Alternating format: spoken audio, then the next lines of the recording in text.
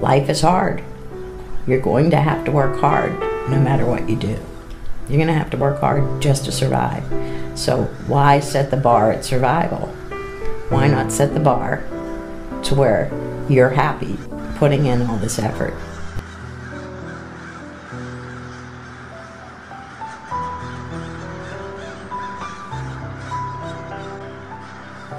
You put in the balance regret as opposed to failure. I'll take failure every time.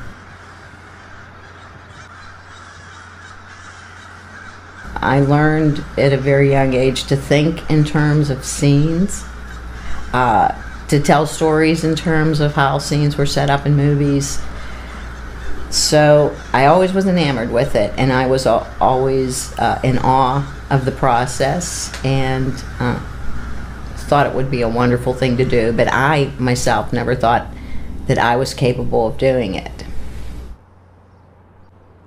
I've grown up in the city of Pittsburgh, Pennsylvania, in the neighborhood called Mount Washington, and even more of a subdivision called Duquesne Heights.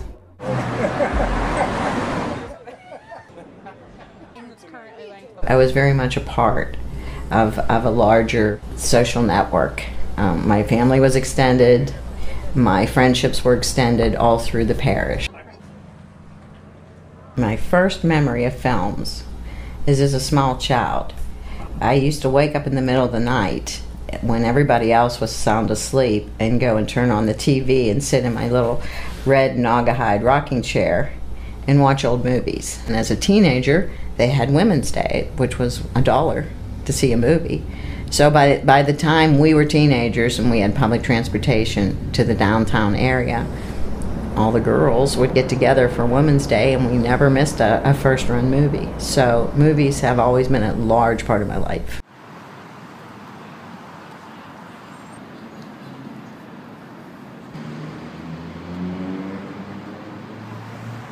Graduated high school and went to the University of Pittsburgh. Was the only school I applied to. It was the only school I wanted to go to. So I went to the University of Pittsburgh, majored in anthropology, and got 3/4 of the way through finding out that I had outgrown the desire to pursue anthropology because I liked living in an urban setting. I liked being present in the city of Pittsburgh. So I decided to get a job to continue my education and continue my living on my own. The jobs I had in college were working in restaurants, but I wanted to do a little more. So that's when I jumped into a secretarial job at an insurance office. The gentleman that I worked for saw that I had a penchant for the work they were doing. They encouraged me to educate myself in insurance, and then went on to a brokerage house and landed a position as a claims manager and a loss control inspector. So that suited my needs for a long time. And then the posture of the market changed, and went back to the restaurant business because my husband was in it, and we had plans of possibly opening our own establishment. And then the movie office opened here in Pittsburgh.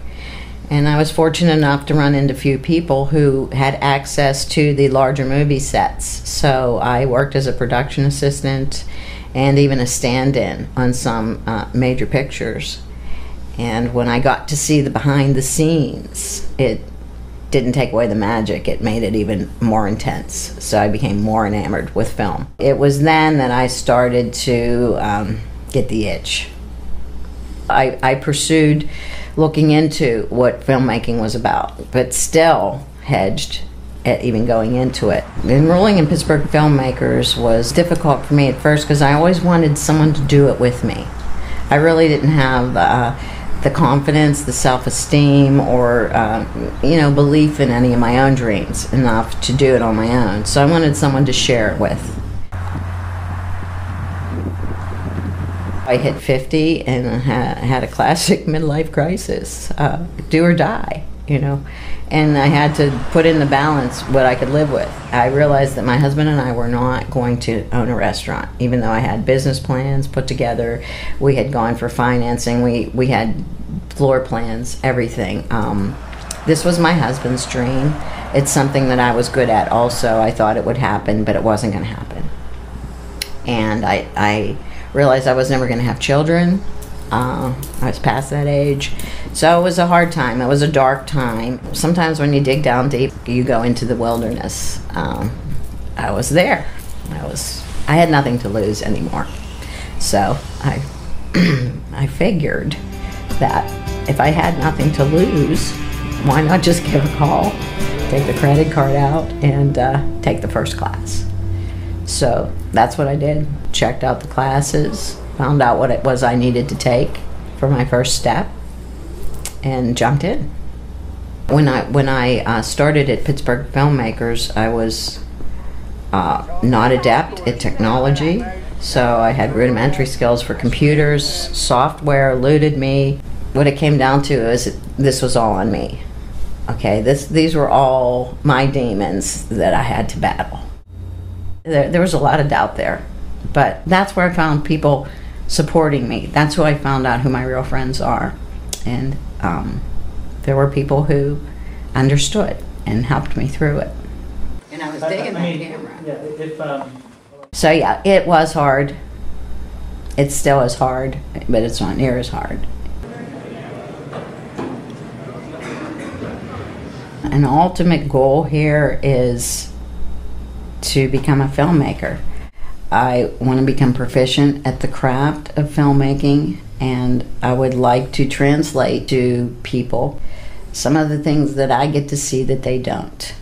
I'm a city girl, and I love the city of Pittsburgh, and I think it's fascinating how it's developed over the years, and I think it's absolutely beautiful that we live in the foothills of the Appalachians and are surrounded by wildlife. So I love animals. I see a lot of this present in the urban setting, but most people kind of just pass by it.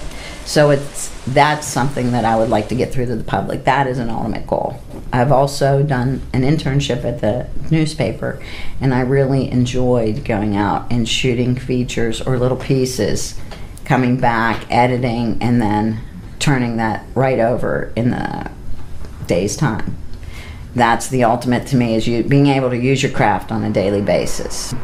I'm now on staff as a stringer in the sports department, and I am available as a freelance videographer, which they have used me for. So success and failure isn't in the balance for me anymore.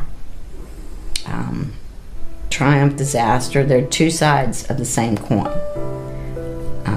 I need to do what is important from down deep. So even if I meet what would appear to be failure or success, I still need to stay focused on what I'm doing. I need to do the thing I love to do, and that would be filmmaking.